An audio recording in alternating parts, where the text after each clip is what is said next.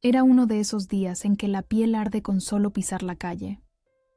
42 grados bajo un cielo sin nubes, y mi hija, Lucía, había sido abandonada en un camino de tierra, sola. Mi madre había insistido en que era una lección de fortaleza. Mi hermana, Carmen, había asentido con la cabeza, sus ojos brillando con falsa sabiduría. Ellas lo llamaban amor duro. Yo lo llamaba crueldad envuelta en arrogancia. No me avisaron, no me consultaron, ni siquiera me enviaron un mensaje. Me enteré cuando regresé temprano a casa y noté que Lucía no estaba allí. Pasaron horas, sin respuesta a mis mensajes. Mi estómago se retorció de una manera que nunca antes había sentido. Cuando finalmente las confronté, mi madre parecía despreocupada. «Solo necesita pensar», dijo casualmente, tomando un sorbo de té. «Es fuerte», añadió mi hermana encogiéndose, de hombros. Me quedé allí en silencio, mirándolas a ambas, sintiendo algo frío formándose en mi pecho. No grité, no me derrumbé, simplemente salí. Sabía dónde podrían haberla dejado. El viejo sendero de caza de mi padre, más allá de la cobertura del móvil, cerca de las montañas de Sierra Nevada.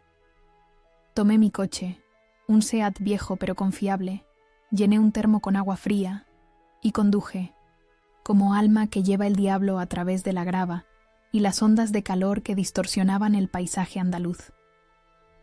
Cuando encontré a Lucía, su rostro estaba enrojecido, sus labios agrietados, pero se puso de pie erguida cuando me acerqué. No lloró, yo sí. «Mamá», dijo simplemente, como si no hubiera pasado nada extraordinario. Pero yo vi el miedo en sus ojos, ese miedo que ningún niño de 11 años debería tener que esconder. La llevé al coche en silencio. El camino de regreso a nuestro pueblo fue largo, con el sol de la tarde golpeando el parabrisas sin piedad. Lucía miraba por la ventana, observando los olivos que se extendían hasta donde alcanzaba la vista. «¿Por qué la abuela y la tía Carmen me dejaron allí?», preguntó finalmente. No tenía una respuesta que no fuera dolorosa. «Creen que te están haciendo más fuerte», dije después de un momento. «Pero están equivocadas». Lucía asintió, como si ya lo supiera. «No quiero volver a su casa», dijo en voz baja. «No tendrás que hacerlo», prometí, y por primera vez en mi vida estaba decidida a cumplir una promesa a cualquier costo. Llegamos a nuestro piso en el centro del pueblo, cuando las sombras ya se alargaban. Le preparé un baño tibio, busqué aloe vera para sus quemaduras y le hice su comida favorita: tortilla de patatas con un poco de jamón serrano. Mientras comíamos en la pequeña mesa de la cocina, noté cómo sus hombros seguían tensos, cómo sus ojos vigilaban la puerta como si esperara que alguien entrara en cualquier momento. Esa noche, después de que se durmiera, me senté en el 1960 balcón de nuestro apartamento. Las calles estrechas abajo estaban iluminadas por farolas amarillentas y podía escuchar las conversaciones dispersas de los vecinos que aún estaban despiertos. El calor del día persistía en las piedras y el 1960 asfalto. Pensé en mi madre, en mi hermana, en la casa donde crecí en las afueras del pueblo. Pensé en todas las veces que había bajado la cabeza, que había aceptado su crueldad como una forma de vida. Pero ver a Lucía hoy, sola bajo ese sol implacable, había cambiado algo fundamental dentro de mí. Ya no podía ser la hija obediente, la hermana complaciente. Tenía que ser la madre que Lucía necesitaba. Mi teléfono sonó. Era mi madre. No contesté. Sonó de nuevo. Esta vez era Carmen. Dejé que las llamadas fueran a buzón de voz. Sabía lo que dirían, que estaba exagerando, que ellas habían pasado por lo mismo, que así es como se cría a una niña fuerte en un mundo cruel. Pero mientras miraba las estrellas sobre el pueblo, tomé una decisión. La crueldad no sería el legado que pasaría a mi hija. Este día, este momento de pie en el camino polvoriento, viendo a mi hija luchar por mantenerse digna frente al abandono, sería la última gota. A la mañana siguiente, Desperté antes que Lucía. Preparé chocolate caliente y tostadas con aceite de oliva y tomate, como hacía mi abuela antes de que la dureza de mi madre infectara incluso esos pequeños momentos de cariño. Cuando Lucía se levantó, vi que las quemaduras en sus brazos estaban menos rojas. Se sentó a la mesa con cautela. ¿Vendrán la abuela y la tía hoy?, preguntó, revolviendo su chocolate. No, dije con firmeza, y si vienen, no les abriré la puerta. Lucía me miró con sorpresa. Nunca antes me había enfrentado a mi familia de esa manera. Siempre había sido la que cedía, la que buscaba la paz a cualquier precio. ¿Y si entran de todos modos?, preguntó, y me di cuenta de cuánto miedo había estado cargando mi pequeña. No lo harán, le aseguré, y si lo intentan, llamaré a la policía. Fue entonces cuando vi algo nuevo en los ojos de Lucía. No alivio, no exactamente, sino tal vez el principio de la confianza. Confianza en que yo, su madre, finalmente la protegería por encima de todo lo demás. El teléfono sonó de nuevo. Esta vez lo apagué. Hoy sería un día para nosotras dos, para comenzar a sanar. Mañana pensaría en lo que vendría después.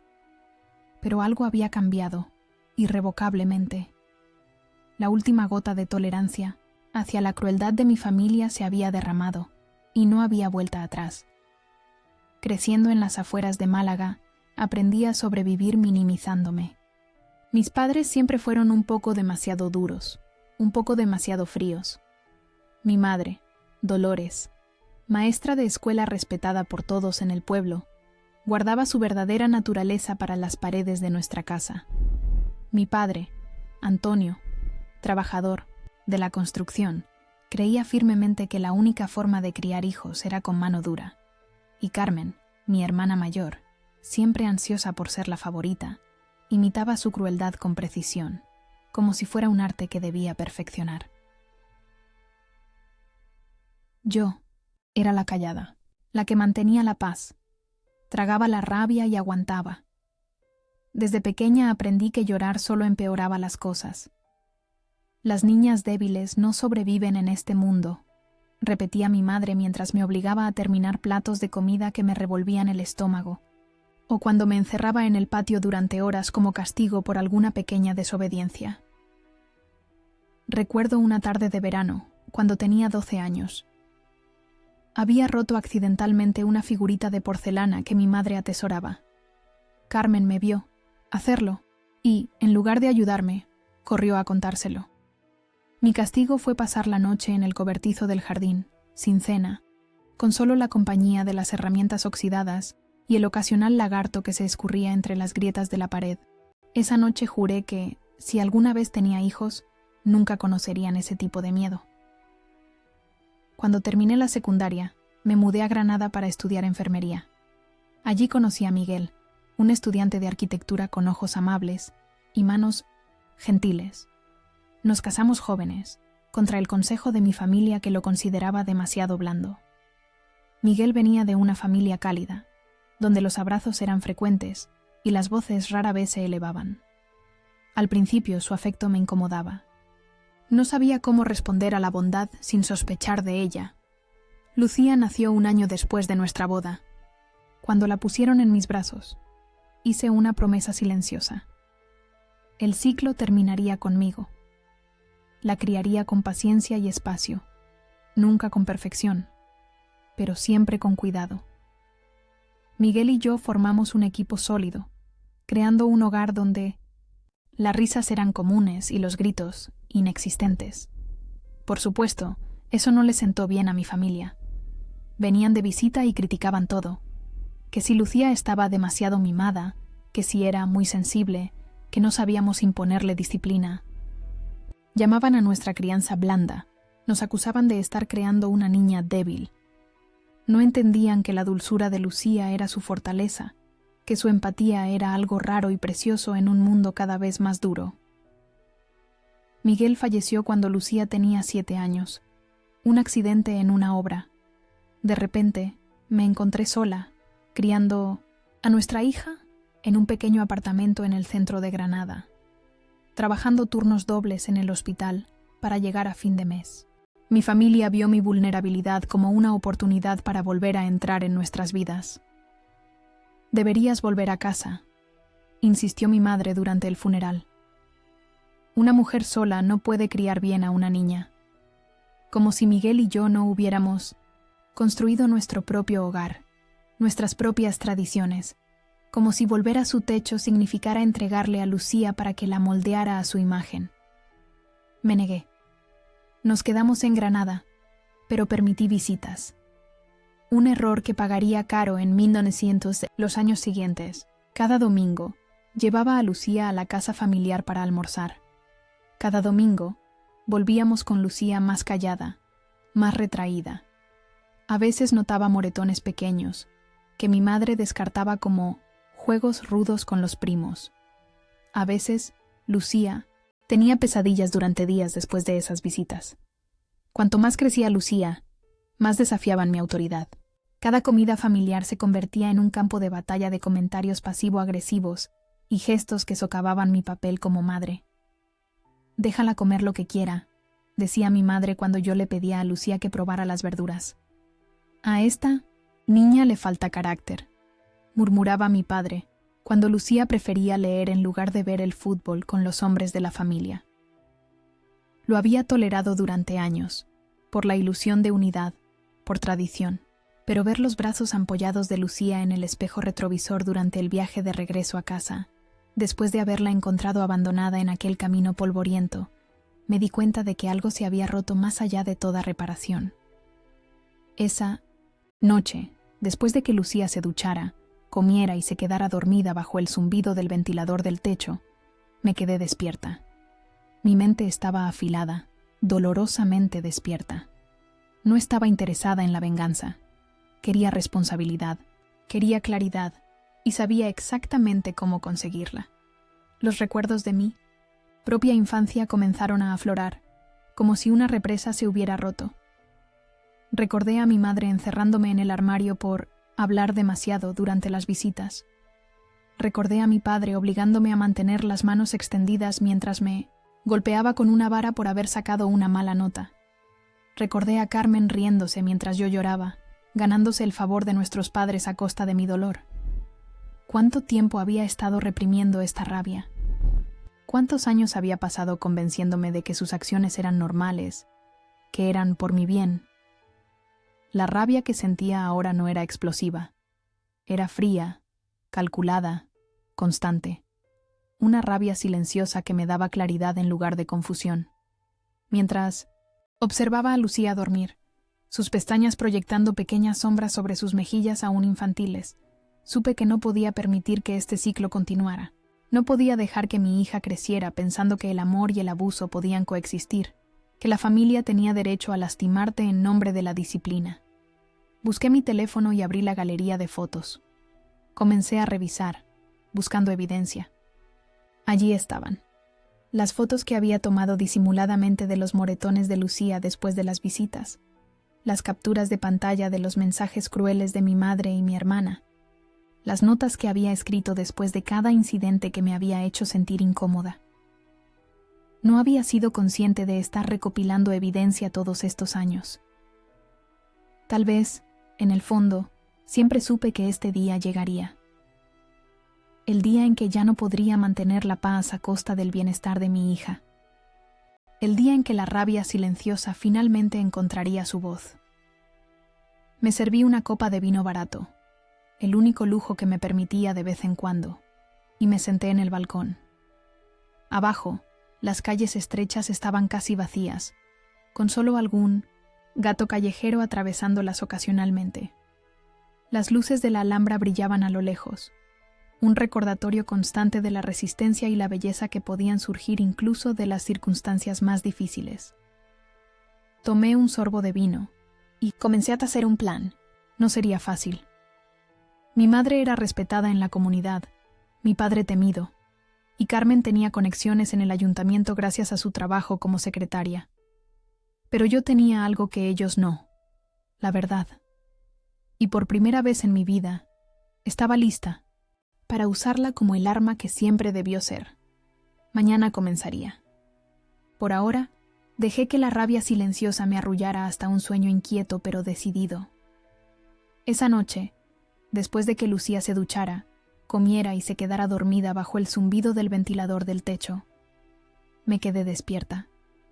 Mi mente estaba afilada, dolorosamente despierta. No estaba interesada en la venganza. Quería responsabilidad, quería claridad, y sabía exactamente cómo conseguirla. Comencé a recopilar mensajes de voz, textos, cada fragmento de conversación que probara su negligencia. No hackeé ni engañé, simplemente documenté sus propias palabras. Grabé la despreocupación que llevaban tan abiertamente. Luego, me puse en contacto con alguien con quien no había hablado en años. Mi prima Maite, una trabajadora social que ahora trabajaba en investigaciones de bienestar juvenil en Sevilla. Recordaba a Maite de los 1900 veranos de nuestra adolescencia, cuando ella venía desde Sevilla a pasar un mes con nosotros. Siempre fue la única que notó los moretones que yo escondía bajo camisas de manga larga en pleno agosto. La única que me preguntaba en voz baja si estaba bien, mientras los adultos bebían sangría en el patio. No nos habíamos visto en persona desde la boda de Carmen, donde Maite se había enfrentado a mi padre por hacer comentarios despectivos sobre mi embarazo fuera del matrimonio. Desde entonces, solo felicitaciones de cumpleaños ocasionales por Facebook nos mantenían conectadas. La llamé desde el balcón, con la ciudad de Granada dormida a mis pies. Eran casi las 2 de la madrugada, pero sabía que Maite solía quedarse despierta hasta tarde. «¿Ana?» Y su voz sonaba sorprendida pero alerta. «¿Está todo bien?» «No», respondí simplemente. «Necesito tu ayuda, Maite. Es sobre Lucía». Le conté todo. Los años de comentarios crueles, los castigos que mi madre y Carmen imponían a Lucía durante sus visitas, y finalmente, el incidente del camino de tierra. Mientras hablaba, enviaba fotos a su WhatsApp. Los brazos quemados por el sol de Lucía, capturas de pantalla de mensajes donde mi madre se jactaba de sus métodos disciplinarios, notas de voz donde Carmen se reía de los miedos de mi hija. Maite no hizo muchas preguntas. Le envié lo que tenía, y al día siguiente me llamó de vuelta, su voz tensa de incredulidad y furia. «Esto es suficiente», dijo. «Más que suficiente. Pusieron a una niña en riesgo. Esto no es solo mal juicio, esto es denunciable». No sentí placer, solo resolución. «¿Qué tengo que hacer?», pregunté, mirando a través de la puerta entreabierta de la habitación de Lucía, donde ella dormía pacíficamente, ajena a la tormenta que estaba por desatarse. «Necesito que presentes una denuncia formal. Puedo ayudarte con el papeleo, pero tiene que venir de ti, Ana. ¿Estás preparada para eso? Tu familia no te lo perdonará». Pensé en todas las cosas que yo nunca les perdonaría. Las humillaciones, los golpes disimulados como disciplina, el miedo constante. Pensé en Lucía, en cómo se encogía cada vez que mi madre levantaba la voz, en cómo se quedaba callada durante días después de cada visita a la casa familiar. «Ya no me importa su perdón», respondí con una calma que me sorprendió. «Solo me importa que Lucía esté segura». Maite suspiró al otro lado de la línea. «Bien, te enviaré los formularios por correo electrónico. Llénalo todo, no omitas nada. Y Ana, prepárate. Esto no será fácil». Esa noche apenas dormí. Me senté en la mesa de la cocina con mi portátil, completando meticulosamente cada sección del formulario que Maite me había enviado. Describí cada incidente con precisión clínica, adjunté evidencia, fechas, nombres. Era como drenar una herida infectada, doloroso pero necesario. Por la mañana, llevé a Lucía a la escuela como siempre. La besé en la frente antes de que entrara por las puertas del colegio público donde enseñaba Marta, su maestra favorita. Lucía me miró con esos ojos que eran tan parecidos a los de Miguel, sinceros, amables, incapaces de imaginar la crueldad por crueldad. «¿Vendrá la abuela a recogerme hoy?», y preguntó, y noté el miedo sutil en su voz. No, cariño. Vendré yo, como siempre. Le apreté la mano para tranquilizarla. Y después iremos por helado al sitio que te gusta en Plaza Nueva. Su sonrisa fue pequeña pero genuina. Se alejó, hacia el patio, donde sus amigas la esperaban. La observé unirse a ellas, su cabello oscuro brillando bajo el sol de la mañana. Me pregunté qué pensaría de mí cuando fuera mayor y supiera lo que estaba a punto de hacer. ¿Me vería como una traidora a la familia o como la madre que finalmente la protegió? Desde allí, fui directamente a la oficina de servicios sociales. El edificio era gris y funcional, con carteles desgastados sobre derechos de los niños y números de emergencia. Me recibió una mujer de mediana edad con expresión cansada pero amable. «Soy Ana Vega», dije. «Tengo una cita con Ramón Jiménez». Ramón resultó ser un hombre más joven de lo que esperaba, con gafas de montura gruesa y una barba bien recortada. Me invitó a pasar a su despacho, un espacio pequeño pero ordenado, con dibujos infantiles, enmarcados en las paredes. Maite Sánchez me habló de su caso, dijo después de las presentaciones. He revisado el informe preliminar, pero me gustaría escucharlo de usted, si no le importa. Y así, por tercera vez en menos de 48 horas, relaté la historia de los abusos. Esta vez fue diferente.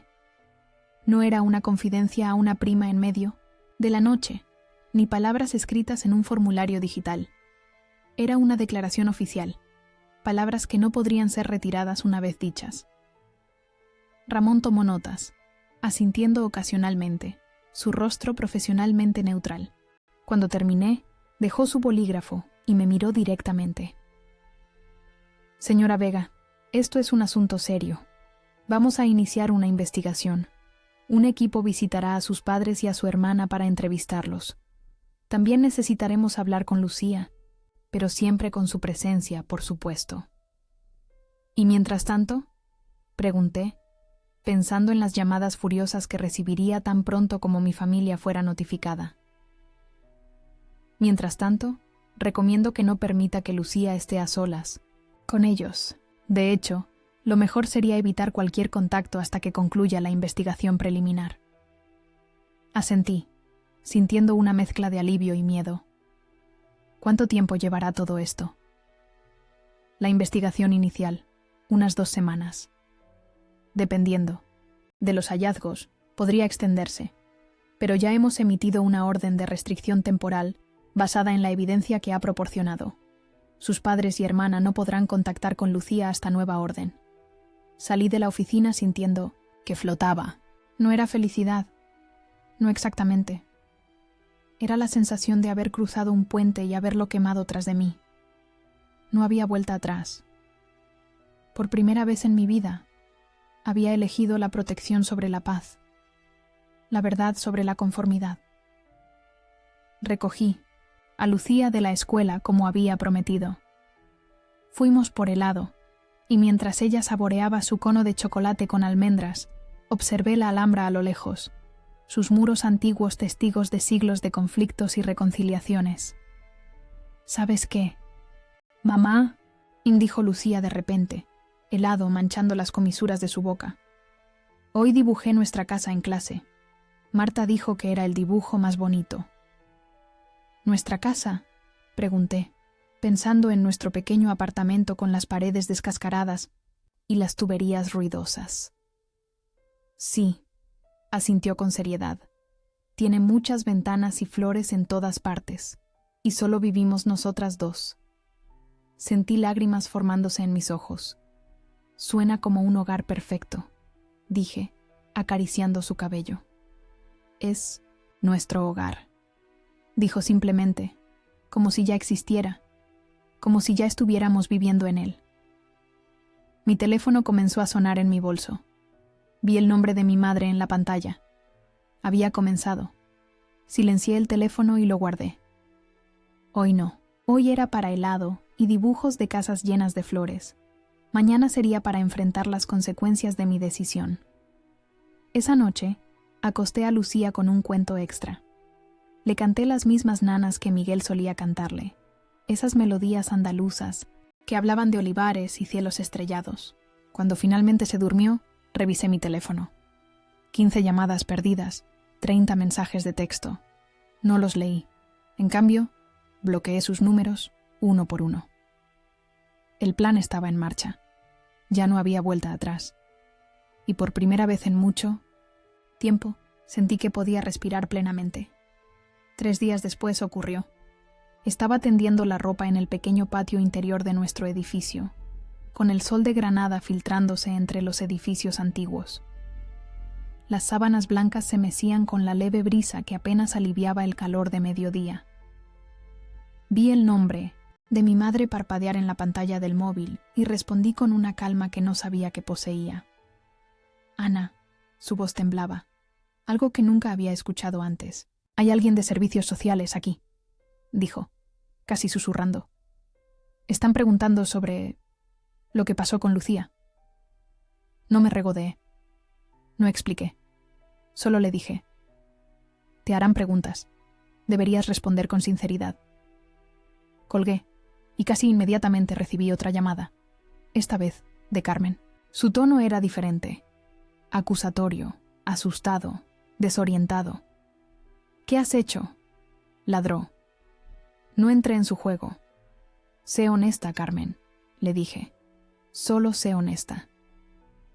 Maite me mantuvo informada. Al parecer, durante el interrogatorio, mi padre intentó restarle importancia al asunto, pero la investigadora le preguntó si él se sentiría cómodo siendo abandonado en el calor durante 4 horas sin agua. Mi madre guardó silencio. Carmen balbuceó. Y así, sin más, su autoimagen, los mayores responsables, los fuertes disciplinarios, se desmoronó. Esa tarde, recogí a Lucía de la escuela como siempre. No le había contado sobre la denuncia, no quería cargarla con eso todavía, pero mientras caminábamos por las calles empedradas hacia nuestro piso, noté que estaba inusualmente callada. ¿Todo bien, cariño?, le pregunté, agachándome para estar a su altura. Ella miró a su alrededor, como asegurándose de que nadie pudiera oírnos. La abuela llamó a la escuela, dijo en voz baja. Quería llevarme con ella, pero Marta dijo que no podía, que solo tú podías recogerme. Sentí que la sangre abandonaba mi rostro. A pesar de la orden de restricción, habían intentado llevarse a Lucía. Afortunadamente, Marta, su maestra, había sido informada de la situación por servicios sociales, como parte del protocolo de protección. Hizo bien, le dije a Lucía, intentando que mi voz no revelara el miedo que sentía. Ahora mismo, es mejor que solo estés conmigo o con adultos en los que confiamos, como Marta. ¿Estoy en problemas?, preguntó, sus ojos grandes y preocupados. No, mi vida, no estás en problemas. La abracé fuerte en medio de la calle. Los adultos a veces tienen desacuerdos sobre cómo cuidar a los niños. Estoy solucionando uno de esos desacuerdos con la abuela y el abuelo. Esa noche, después de acostar a Lucía, recibí una llamada de un número que no reconocí. Era Ramón Jiménez, el trabajador social. Señora Vega, ha habido un incidente, comenzó, y me contó sobre el intento de mi madre de recoger a Lucía de la escuela. Hemos reforzado la orden de restricción y notificado a todas las autoridades pertinentes. También queríamos informarle que la investigación está avanzando rápidamente. Las declaraciones de sus padres y su hermana han sido reveladoras. ¿Qué han dicho?, pregunté, sentándome en el borde de mi cama.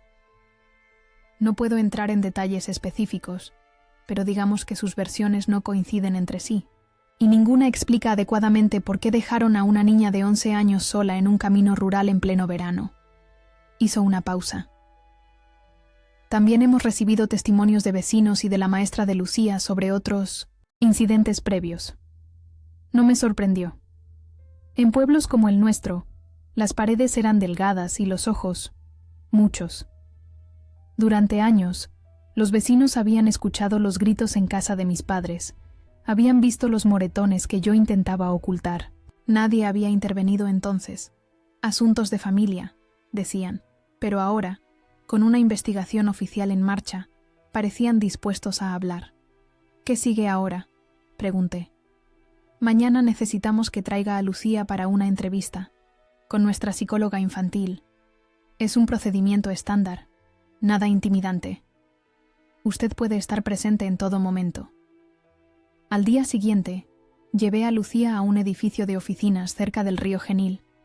La psicóloga, una mujer llamada Estrella con cabello rizado y una sonrisa amable, nos recibió en una sala decorada con dibujos, infantiles y juguetes coloridos.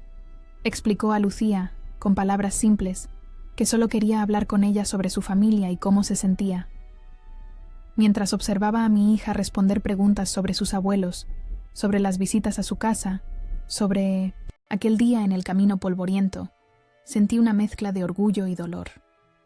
Lucía hablaba con una claridad sorprendente para su edad, sin dramatismos ni exageraciones. Simplemente contaba lo que había vivido, con la honestidad brutal que solo los niños poseen. ¿Y cómo te sentiste cuando tu abuela y tu tía te dejaron en ese camino?, preguntó Estrella. Lucía se quedó pensativa un momento. Al principio, pensé que volverían pronto. Luego tuve miedo porque hacía mucho calor y no tenía agua. Pero luego pensé que mamá me encontraría, y eso me hizo sentir mejor. ¿Confiabas en que tu mamá te encontraría?, preguntó Estrella. Lucía asintió con firmeza. Mamá siempre viene por mí, dijo, como si fuera la verdad más evidente del mundo. Esas palabras atravesaron mis defensas como ninguna otra cosa podría haberlo hecho. Sentí lágrimas formándose en mis ojos, y tuve que respirar profundamente para contenerlas. Durante tantos años, había dudado de mí misma como madre, preocupada por no ser lo suficientemente fuerte para proteger a Lucía del mundo, de mi familia. Pero allí estaba ella, con esa fe inquebrantable en que yo vendría a rescatarla. Esa tarde, mientras volvíamos a casa caminando por la carrera del Darro, con la Alhambra vigilándonos desde lo alto, Lucía me tomó de la mano. ¿Podemos ir a ver a la abuela y al abuelo este domingo?, preguntó inocentemente. Me detuve y me agaché para mirarla a los ojos. No, cariño, no vamos a ir por un tiempo. ¿Por qué no?, frunció el ceño confundida. Busqué las palabras adecuadas, algo que fuera honesto pero no aterrador para una niña de 11 años. A veces, incluso las personas que nos quieren pueden hacer cosas que nos lastiman. Y cuando eso pasa, necesitamos tomar distancia hasta que entiendan que lo que hicieron estuvo mal. Como cuando yo peleé con Sara y no me habló por una semana, preguntó, refiriéndose a una amiga de la escuela. Sonreí levemente. Algo así, pero es más complicado con los adultos. Lucía asintió, aparentemente satisfecha con la explicación. Continuamos nuestro camino, pasando junto a turistas que fotografiaban los antiguos edificios y músicos callejeros que llenaban el piso aire con flamenco. La normalidad de ese momento, una madre y su hija paseando en una tarde cualquiera, contrastaba profundamente con el caos que se desarrollaba tras bambalinas. Al llegar a casa, encontré 3 mensajes en el contestador automático del teléfono. Fijo. No los escuché en presencia de Lucía, pero más tarde, cuando ella se había dormido, presioné el botón de reproducción con un nudo en el estómago. El primero era de mi padre, su voz áspera y contenida. Ana, esto es un malentendido. Llámanos inmediatamente. El segundo de Carmen ya no sonaba arrogante sino asustada. Te has vuelto loca. Están hablando de negligencia, de abuso. ¿Es eso lo que quieres? ¿Destruir a esta familia? El tercero, de mi madre, me heló la sangre. Si sigues con esto, lo perderás todo. Sabes que tengo influencias en esta ciudad. Piensa en Lucía. Esa última frase, piensa en Lucía, me hizo reír amargamente. ¿Acaso no era exactamente lo que estaba haciendo? Pensando en Lucía, en su seguridad, en su derecho a crecer sin miedo. Por primera vez, estaba realmente pensando en ella, por encima de tradiciones, por encima de apariencias. por encima incluso de mi propio miedo a enfrentarme a mi familia. A la mañana siguiente, recibí la llamada que lo cambiaría todo. Era Ramón nuevamente. Señora Vega, tenemos suficiente evidencia para proceder. Se presentarán cargos formales contra sus padres y su hermana por negligencia y puesta en peligro de una menor. El juez ha emitido una orden de restricción permanente. No podrán acercarse a Lucía ni a usted hasta que se resuelva el caso. Sentí un mareo repentino y tuve que sentarme. No era alivio, no exactamente. Era la sensación de que algo enorme e irreversible había sido puesto en movimiento, como si hubiera empujado una piedra cuesta abajo y ahora solo pudiera observar mientras rodaba, ganando velocidad. ¿Qué pasará ahora?, pregunté, mi voz apenas audible. Habrá una audiencia preliminar en 2 semanas. Mientras tanto, siga, con su vida normal. Mantenga a Lucía en su rutina habitual. Y, Ana, hizo una pausa, su voz suavizándose. Ha hecho lo correcto. No muchos tienen el valor de hacerlo. La investigación no resultó en prisión, pero dejó una marca. La reputación de mis padres en nuestra comunidad, antes intocable, fue públicamente cuestionada. Los amigos dejaron de llamar. Los susurros en la iglesia de Santa Ana comenzaron a seguirlos. Lo más importante, se presentó un informe formal. Su acceso a Lucía, restringido por ley. Intentaron comunicarse conmigo en las semanas siguientes. Disculpas veladas en 1900, autocompasión, no en remordimiento. No respondí. Tampoco los bloqueé. Quería que se sentaran con su incomodidad, que se cocieran en el silencio que habían impuesto a otros durante años. Lucía, por su parte, no preguntó mucho al respecto. Solo dijo una vez: «Gracias por no gritar, gracias por hacer algo real». Comencé terapia. Lucía también. Empezamos de nuevo, en silencio. Las mañanas se volvieron más ligeras. Cultivamos un pequeño jardín en el balcón. Dejé de andar de puntillas por la vida. El aire en nuestro hogar cambió, ya no pesado con dolor no expresado, sino lleno de la paz mundana que siempre había deseado para ambas. El juicio fue breve pero intenso. Mi madre, vestida con su mejor traje de lino, intentó presentarse como la matriarca preocupada que solo quería lo mejor para su nieta. Mi padre, incómodo en su único traje, parecía confundido, como si no entendiera por qué estaba allí. Carmen había adelgazado, su habitual arrogancia reemplazada por una ansiedad nerviosa que hacía que se mordiera constantemente las uñas. Yo testifiqué con calma, respondiendo a las preguntas del fiscal con precisión. No añadí dramatismo ni emoción innecesaria. Solo hechos. Cuando mostraron las fotos de los brazos quemados por el sol de Lucía, hubo un murmullo en la sala. Cuando reprodujeron el mensaje de voz de mi madre diciendo que un poco de calor nunca mató a nadie, vi a varias personas negar con la cabeza. Lucía no tuvo que testificar en persona. La psicóloga infantil presentó su evaluación y el juez revisó la grabación de su entrevista en privado. Fue suficiente. La sentencia llegó 3 días después. 1 año de libertad condicional para los 3, clases obligatorias de crianza para mis padres, terapia obligatoria para Carmen y una orden de restricción que solo permitiría visitas supervisadas con Lucía, si y cuando ella quisiera verlos. La última vez que vi a mi madre en el juzgado, me miró con una mezcla de rabia y desconcierto. Para ella, el mundo se había vuelto del revés. En su mente, ella siempre había sido la fuerte, la que sabía lo que era mejor. Ahora, un juez le había dicho que estaba equivocada, que sus métodos eran dañinos, que no podía ver a su nieta sin supervisión. «Esto no ha terminado», me dijo en voz baja, mientras pasaba junto a mí en el pasillo del juzgado. No respondí. Para mí, sí había terminado. Las semanas posteriores al juicio fueron extrañamente tranquilas. Esperaba algún tipo de represalia, llamadas anónimas, rumores esparcidos por el pueblo. Pero no hubo nada de eso. Más tarde me enteré, a través de una vecina, que mis padres habían decidido mudarse a Almería, donde mi padre tenía un hermano. Carmen se había quedado en Granada, pero evitaba los lugares que yo frecuentaba. Lucía se adaptó a nuestra nueva normalidad con una resiliencia que me asombraba.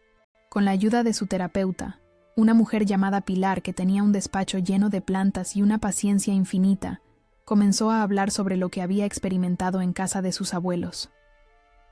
La abuela me encerraba en el armario del pasillo. Cuando lloraba, me contó una tarde mientras regresábamos de su sesión. Lo dijo sin drama, como quien comenta el clima. Decía que las niñas que lloran se quedan sin luz hasta que aprenden a ser fuertes. Mi corazón se contrajo. Era exactamente lo que mi madre me había hecho a mí. El mismo armario, las mismas palabras. El ciclo que había jurado romper había continuado, solo que esta vez con mi hija como víctima. «Sabes que eso no está bien, ¿verdad?», le pregunté, deteniéndome en medio de la acera para mirarla directamente. Nadie debería ser castigado por sentir emociones. Lucía asintió. Pilar dice que llorar es como la lluvia. A veces necesita caer para que las cosas puedan crecer. Sonreí a través de mis propias lágrimas incipientes. Pilar es muy sabia. En casa, comenzamos nuevas tradiciones. Los domingos, en lugar de la tensa comida familiar en casa de mis padres, Lucía y yo explorábamos la ciudad. Visitamos la Alhambra como turistas, nos perdimos en el Albaicín, probamos tés de hierbas en las teteras árabes. Hicimos amigos nuevos. Una pareja de profesores universitarios con una hija de la edad de Lucía. Un librero jubilado que organizaba lecturas de poesía en su tienda. Una familia de músicos que daba conciertos improvisados en su patio. Poco a poco, construimos una familia elegida. Personas que entraban en nuestras vidas no por obligación, sino por afinidad. Personas que trataban a Lucía con respeto, que veían su sensibilidad como un don, no como una debilidad que corregir. Maite venía a visitarnos desde Sevilla una vez al mes. Se había convertido en una especie de tía para Lucía, trayendo siempre libros interesantes y historias de su trabajo. A veces hablábamos del juicio, de mis padres, de Carmen, pero cada vez con menos frecuencia. El pasado comenzaba a tomar su lugar apropiado, detrás de nosotras, no acechando constantemente en cada esquina. Una tarde, casi 6 meses, después del juicio, recibí una carta. La dirección estaba escrita con la caligrafía impecable de Carmen, esa que había perfeccionado para impresionar a nuestros padres. La abrí con cautela, esperando reproches o acusaciones. En cambio, encontré algo inesperado. Una disculpa. No era perfecta. Había todavía trazos de justificación, de «así nos criaron a nosotras también». Pero entre líneas pude leer algo nuevo. Duda. Carmen estaba comenzando a cuestionar lo que siempre había dado por sentado. Su terapeuta, escribió, le había ayudado a ver patrones que nunca antes había notado. «No espero tu perdón», terminaba la carta. «Solo quería que supieras que estoy intentando entender». No respondí inmediatamente. Llevé la carta a mi propia sesión de terapia con Jorge, un hombre mayor con ojos amables y una forma directa de hablar que había llegado a apreciar. «¿Qué quieres hacer con esto?», me preguntó después de leer la carta. «No lo sé», admití. Una parte de mí quiere creerle. Otra parte recuerda todas las veces que Carmen vio cómo me trataban y no hizo nada. O peor, participó. Jorge asintió. Ambas cosas pueden ser ciertas al mismo tiempo. Carmen puede estar genuinamente comenzando a ver las cosas de forma diferente, y tú puedes seguir protegiendo a Lucía y a ti misma. ¿Crees que debería responder? Creo que deberías hacer lo que te dé paz, no lo que te haga sentir culpable, ni lo que otros esperen. Lo que te dé paz a ti. Esa noche, después de acostar a Lucía, me senté en el balcón con una copa de vino. Abajo, las calles estrechas del centro histórico de Granada zumbaban con la vida nocturna. Estudiantes, turistas, locales, todos mezclados en ese baile urbano tan particular de las ciudades españolas en verano. Pensé en Carmen, en la niña que había sido, en cómo había aprendido a sobrevivir adaptándose a la crueldad de nuestros padres. Finalmente, tomé mi teléfono y escribí un mensaje breve. Recibí tu carta. Necesito tiempo. Me alegra que estés buscando ayuda. No prometí nada. No ofrecí perdón ni reconciliación inmediata. Solo reconocí su esfuerzo y marqué mis límites. Era lo más honesto que podía ser. La vida continuó su curso. El verano dio paso al otoño y el otoño al invierno. Las calles de Granada se llenaron del olor a castañas asadas y chocolate caliente. Lucía se preparaba para su primera actuación en el Festival de Navidad de la escuela. Yo había conseguido un ascenso en el hospital, pasando de enfermera de planta a supervisora de enfermería en pediatría. Ocasionalmente, recibía mensajes de Carmen. Nunca presionaba para vernos, solo compartía pequeñas actualizaciones de su vida. Había dejado su trabajo en el ayuntamiento y estaba estudiando para ser maestra. Había adoptado un gato de un refugio. Pequeños pasos hacia una vida diferente. Mis padres nunca contactaron directamente. Según Carmen, seguían en 1900 Almería, llevando una vida más aislada. Mi padre había desarrollado problemas cardíacos. Mi madre se había unido a un grupo de oración en su nueva parroquia. No sentí ninguna satisfacción al saber de sus dificultades, pero tampoco sentí la obligación asfixiante de preocuparme que antes me habría consumido. Una noche, mientras ayudaba a Lucía con su tarea de ciencias, me preguntó de repente: «Mamá, ¿alguna vez volveremos a ver a la abuela y al abuelo?». La pregunta me tomó por sorpresa. Lucía rara vez mencionaba a mis padres. «¿Te gustaría verlos?», pregunté, intentando mantener mi voz neutral. Se encogió de hombros. «No ahora, pero quizás algún día. Pilar dice que las personas pueden cambiar si realmente quieren». Asentí lentamente. Es cierto, algunas personas cambian, y cuando estés lista, si alguna vez lo estás, podemos hablar de ello.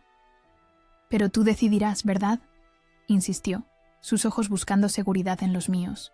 «Tú nos mantendrás a salvo». «Siempre», prometí, y esta vez sabía que podía cumplirlo. Pasaron los meses.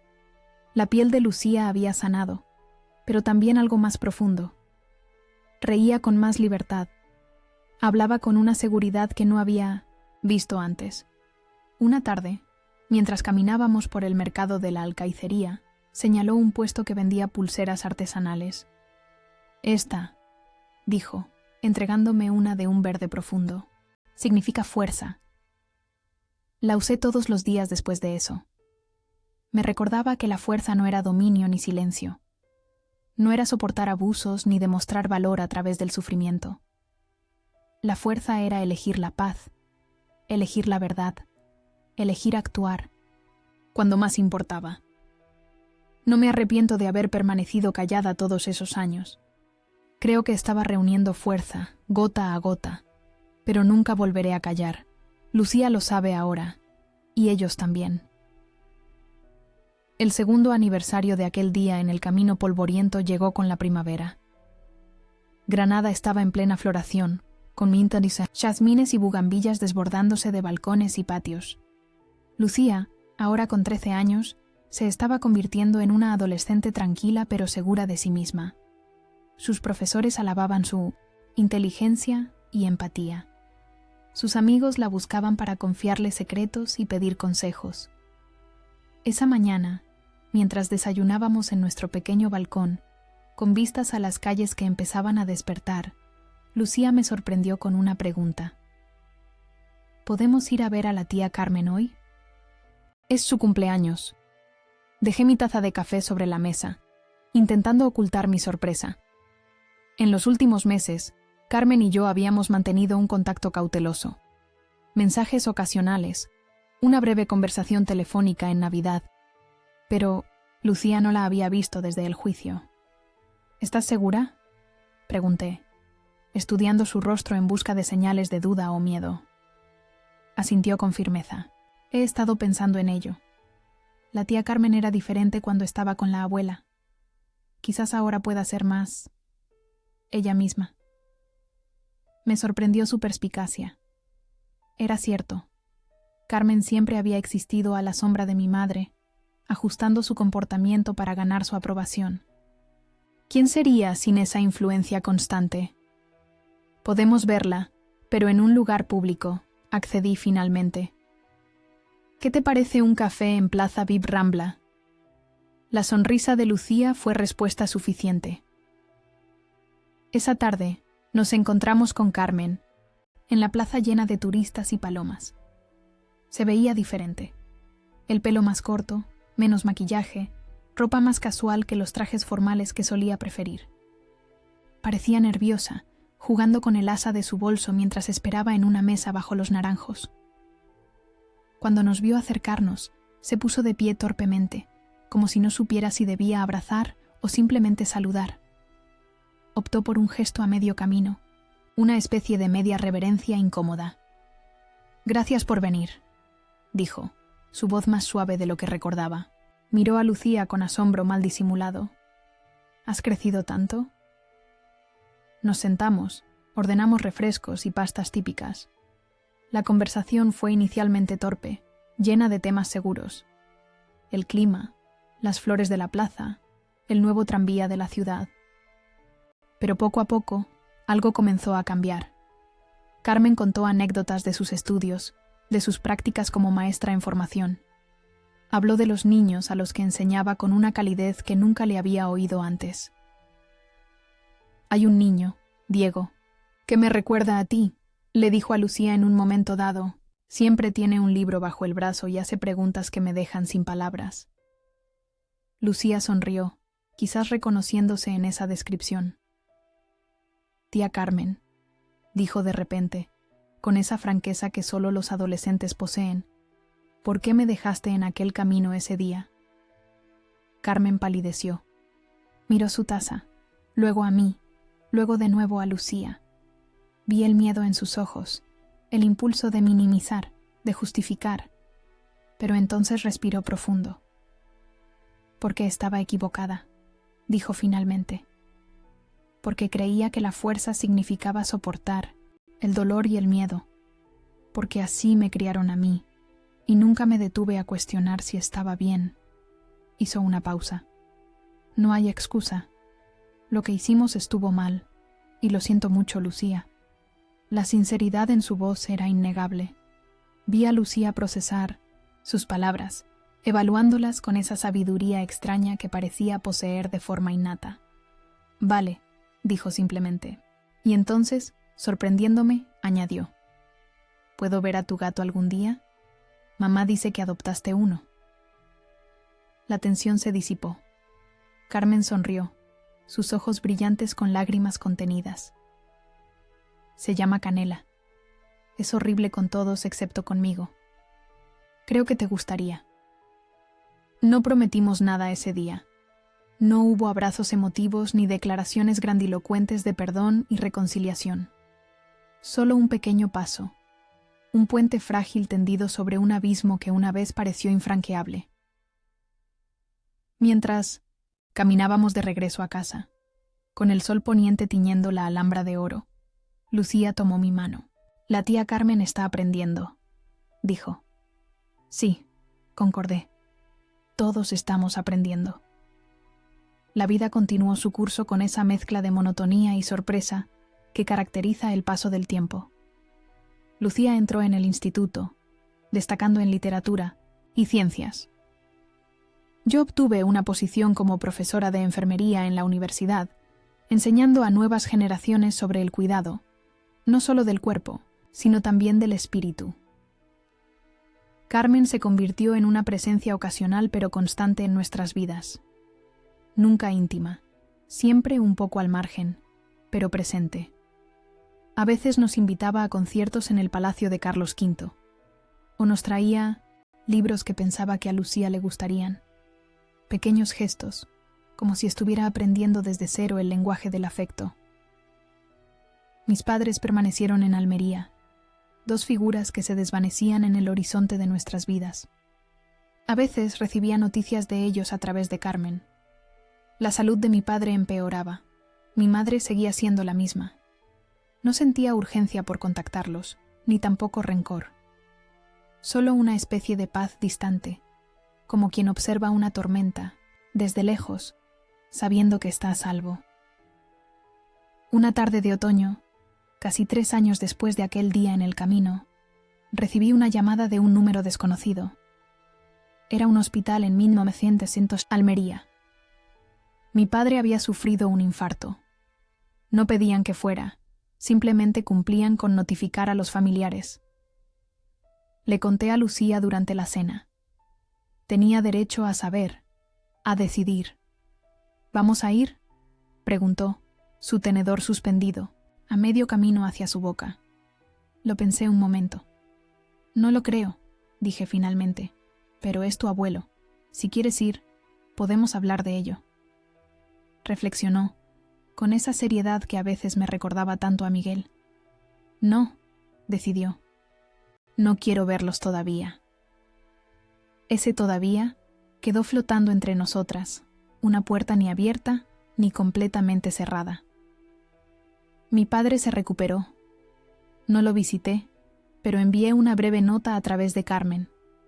No era perdón, solo humanidad básica. La línea que había trazado seguía firme. Podía desearles bien sin permitirles volver a nuestra vida. Ese invierno, Lucía actuó en la obra de Navidad del instituto. Interpretó a una joven Isabel la Católica, recitando un monólogo sobre el poder y la responsabilidad que dejó al público en silencio absoluto. Cuando terminó, fui la primera en ponerme de pie para aplaudir, con orgullo desbordando mi pecho. Entre el público, vi a Carmen aplaudiendo con igual entusiasmo. A su lado, para mi sorpresa, estaba Rosa, la antigua vecina de mis padres, quien siempre había sido amable conmigo en mi infancia. Más tarde, durante la recepción, Rosa se acercó a nosotras. «Vine a Granada a visitar a mi hermana», explicó, y Carmen me contó de la actuación. Me abrazó con fuerza. Luego miró a Lucía con admiración. «Eres igual a tu madre a tu edad. La misma fortaleza tranquila». Esas palabras, fortaleza tranquila, resonaron en mí. Nunca había pensado en mi silencio, en mi capacidad de soportar, como una forma de fortaleza. Siempre lo había visto como cobardía, como fracaso. Esa noche, mientras Lucía dormía, agotada por la emoción del día, me senté en el salón con la pulsera verde en mi muñeca, la que Lucía me había dado hace tanto tiempo, cuando apenas comenzábamos a reconstruir nuestras vidas. La fuerza había sido reimaginada en nuestra historia. No era la capacidad de infligir dolor, ni de soportarlo en silencio. Era la valentía, de trazar límites, de defender lo correcto, de proteger a quienes amamos. Era la capacidad de perdonar cuando era auténtico y de mantener la distancia cuando era necesario. En la primavera, cuando Lucía cumplió 14 años, organizamos una pequeña fiesta en un jardín público cerca de casa. Amigos de la escuela, algunos colegas míos, Carmen con su nuevo novio, un profesor de música de aspecto amable. Durante la celebración, Carmen me entregó un sobre. «De parte de mamá», dijo con una expresión indescifrable. Lo abrí más tarde, cuando todos se habían ido y Lucía estaba en su habitación, admirando sus regalos. Dentro había una antigua foto en sepia, mi abuela, mi madre cuando era niña, y un bebé que supuse era yo. Al reverso, con la caligrafía temblorosa, de mi madre, una sola frase: «La fuerza de las mujeres Vega». ¿Era una disculpa? ¿Un reconocimiento? ¿O simplemente nostalgia de una mujer envejeciendo? No lo sabía con certeza. Pero guardé la foto, no por ella, sino por la historia que representaba. La historia de mujeres que habían sobrevivido, que habían transmitido tanto dolor como resiliencia. Esa noche, Lucía me pidió que le contara historias de cuando yo era pequeña. No las historias dolorosas, sino las pequeñas alegrías. el sabor de los higos robados del árbol del vecino, los veranos nadando en en el río, la primera vez que vi nevar en Sierra Nevada. ¿Sabes qué es lo que más me gusta de ti, mamá?, dijo mientras se quedaba dormida. Que me enseñaste que ser fuerte no significa ser dura. Me quedé junto a su cama hasta que su respiración se volvió profunda y regular. Afuera, Granada brillaba bajo una luna casi llena.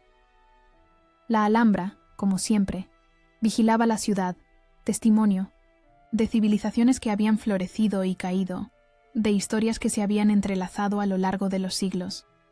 Nuestra historia era solo una más entre millones, una historia de dolor y sanación, de ciclos rotos y nuevos caminos trazados, una historia de fuerza reimaginada.